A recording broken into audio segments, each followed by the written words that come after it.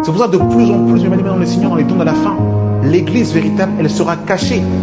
Comme au temps de Jézabel, les véritables prophètes étaient dans les grottes. C'est pour ça ceux qui partiront à l'enlèvement de l'église, ce sera ceux qui seront dans les coulisses et qui seront en train de se préparer pour le grand retour du Maître. C'est pour ça que Jésus veut te sanctifier. Laisse Jésus te laver par les eaux de sa parole. La grâce et la paix par Jésus de Nazareth, le ressuscité du troisième jour. Voilà, je bénis le Seigneur pour cette nouvelle vidéo et ce message que je trouve pour ma part très important. Ça concerne la sanctification et vous savez, mes bien-aimés dans le Seigneur, hein, que la parole de Dieu nous dira dans le livre de Hébreux chapitre 12, le verset 14, recherchez la paix avec tous et la sanctification sans laquelle personne ne verra le Seigneur. Et la parole de Dieu nous dira encore hein, dans le livre de 1 Thessaloniciens chapitre 4 que ce que Dieu veut, c'est votre sanctification. Donc voilà, le Seigneur vraiment veut que, en tant que chrétiens, nous puissions marcher d'une certaine manière et vraiment, eh bien, nous éloigner du péché, de la souillure, des œuvres de la chair et marcher conformément selon sa parole, selon sa volonté. Maintenant, la question qu'on peut se poser, comment se sanctifier? Parce que je pense que ça nous est déjà tous arrivé en tant que chrétiens de lire la parole ou d'entendre un message et de prendre de bonnes résolutions en disant voilà, à partir de demain, Seigneur, voilà, j'arrête la musique du monde. À partir de demain, Seigneur, j'arrête de fumer. À partir de demain, Seigneur, j'arrête, comment dire, de mentir. À partir de demain, j'arrête de dire des gros mots. À partir de demain, je serai soumise à mon mari. Je vais aimer ma femme. Je serai soumis à mes parents. Et on se rend compte que quand on prend des résolutions de par nous-mêmes, eh bien, on tient une semaine, un mois, 3 mois, et malheureusement, on retombe dans nos travers parce que l'accent est mis sur nous-mêmes, la force est mise sur nous-mêmes, et cet effort n'est pas mis sur Dieu.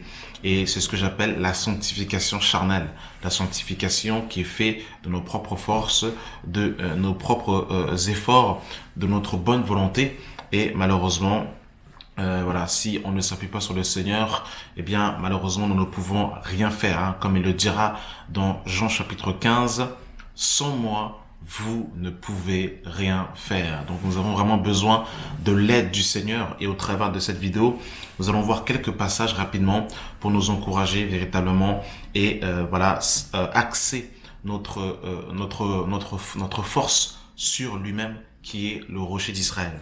Alors nous sommes dans un premier temps dans le livre de 1 Thessaloniciens chapitre 5 à partir du verset 23. Que le Dieu de paix vous sanctifie lui-même. Que le Dieu de paix vous sanctifie lui-même. Waouh, ça commence déjà très bien déjà. On voit que l'accent est mis sur Dieu.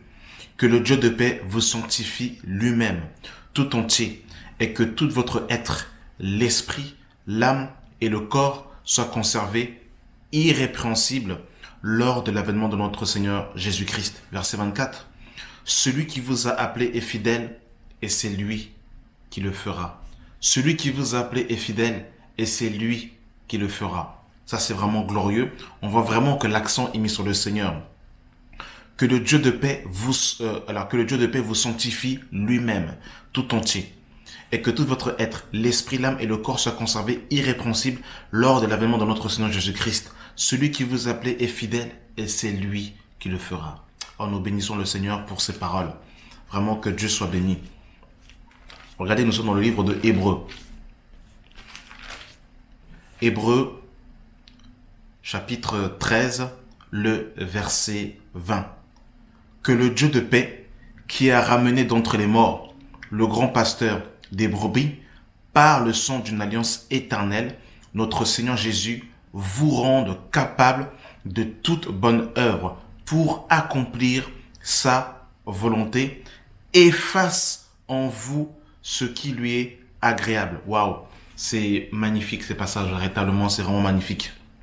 Que le Dieu de paix, qui a ramené d'entre les morts le grand pasteur des brebis, par le sang d'une alliance éternelle, notre Seigneur Jésus, vous rende capable de toute bonne œuvre pour accomplir sa volonté et fasse en vous ce qui lui est agréable. Oh, gloire au Seigneur pour ces paroles.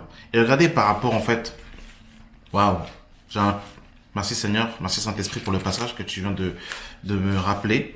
Regardez, nous sommes dans le livre de 2 Corinthiens chapitre 3, à partir du verset 5. Ce n'est pas à dire que nous soyons par nous-mêmes capables de concevoir quelque chose comme venant de nous-mêmes. Notre capacité, au contraire, vient de Dieu. Waouh, c'est glorieux, hein? C'est vraiment glorieux. Est-ce que vous vous rendez compte comment c'est glorieux? Waouh. Ce n'est pas à Dieu que nous soyons capables de nous-mêmes de concevoir quelque chose comme venant de nous-mêmes. Notre capacité, au contraire, vient de Dieu. Notre capacité, au contraire, vient de Dieu.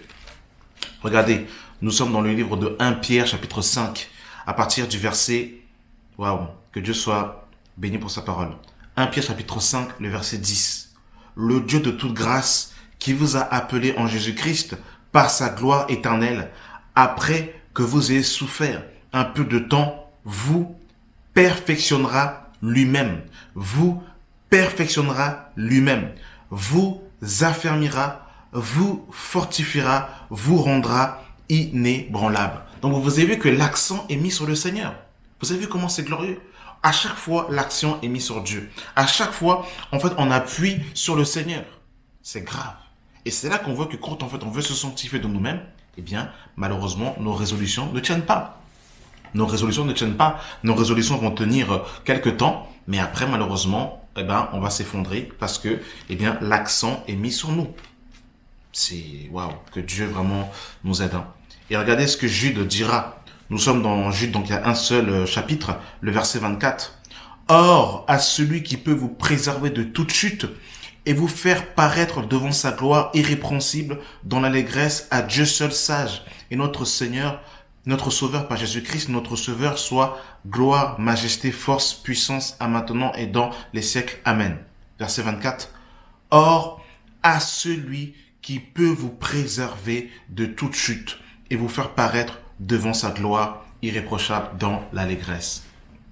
Le problème que nous rencontrons, c'est que, eh bien, nous prenons des résolutions de nous-mêmes et nous voulons plaire au Seigneur de nos propres forces, de notre propre chair, de notre propre volonté. Et malheureusement, eh bien, on se casse la figure parce que, eh bien, on prend des résolutions et on met le côté du Seigneur. Or, la parole de Dieu dira, mon juste vivra par la foi. Donc, nous avons véritablement foi dans le Seigneur. Et la sanctification, sans comprendre la justification, c'est très compliqué, hein. Donc voilà, on fera peut-être un message, si je le permets, sur la justification pour vraiment bien comprendre que notre justification ne dépend pas de nos œuvres, mais elle dépend de ce que le Seigneur a fait à la croix. Et quand je comprends que j'ai été justifié par Jésus-Christ à la croix de Golgotha, eh bien, c'est dans cette perspective-là que je marche en fait dans la sanctification. Et d'ailleurs, je ne me sanctifie pas pour être saint, je me sanctifie parce que je suis saint. C'est-à-dire que Jésus m'a sanctifié à la croix, il s'est fait sanctification pour moi, et comme il s'est fait sanctification, rédemption et justification pour moi, c'est dans cette perspective-là que j'achève ma sanctification dans la crainte de Dieu, comme il est écrit dans le livre de 2 Corinthiens chapitre 7. Donc, je me sanctifie parce que je suis saint. Et c'est parce que je suis saint, parce que j'ai été sanctifié par Jésus-Christ à la croix, que je marche dans cette sanctification par la foi en Jésus-Christ.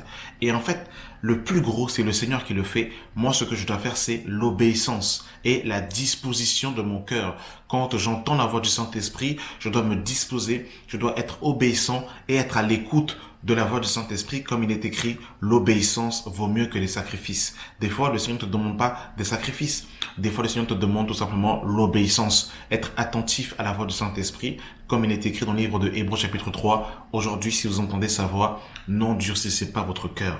Et je terminerai par un dernier passage pour remettre encore l'accent sur le Seigneur. Que Dieu soit béni pour cela. Vous avez vu comment la parole elle est vraiment magnifique. Voilà, dans le livre de Ézéchiel chapitre 36, à partir du verset 25. Je répandrai sur vous une eau pure et vous serez purifiés. Je vous purifierai de toutes vos souillures et de toutes vos idoles. Je donnerai un cœur nouveau. Je vous donnerai un cœur nouveau et je mettrai en vous un esprit nouveau. J'ôterai de votre corps le cœur de pierre et je vous donnerai un cœur de chair. Je mettrai mon esprit en vous et je ferai que vous suivez mes ordonnances et que vous observez et pratiquez mes lois. Donc vous avez vu que depuis que j'ai lu, c'est la plus grosse part, le plus gros travail, c'est Dieu qui le fait en nous. C'est pour ça que l'apôtre Paul pourra dire dans le livre de Galates chapitre 2, le verset 20, j'ai été crucifié avec Christ. Si je vis, ce n'est plus moi qui vis, mais c'est Christ qui vit en moi. Et tu dois comprendre que Yeshua, quand il rentre dans ta vie, eh bien, c'est lui qui opère le travail de la sanctification dans ta vie. Et tu dois le comprendre par la foi. Et quand tu comprends cela, tu es dans le repos. Tu te reposes de tes œuvres. Et c'est Jésus qui fait l'œuvre en toi, par la foi. Et toi, tu contemples tout simplement l'œuvre de la croix, la victoire et la puissance de l'œuvre de l'esprit dans ta vie. Et toi, tu marches dans l'obéissance. Bien sûr, tu as aussi ta part de responsabilité, mais le plus gros travail, c'est le Seigneur qui le fait. Voilà. Merci d'avoir pris le temps d'écouter cette vidéo. J'espère qu'elle va aider plus d'un. Que la grâce et la paix soient avec vous au nom de Jésus.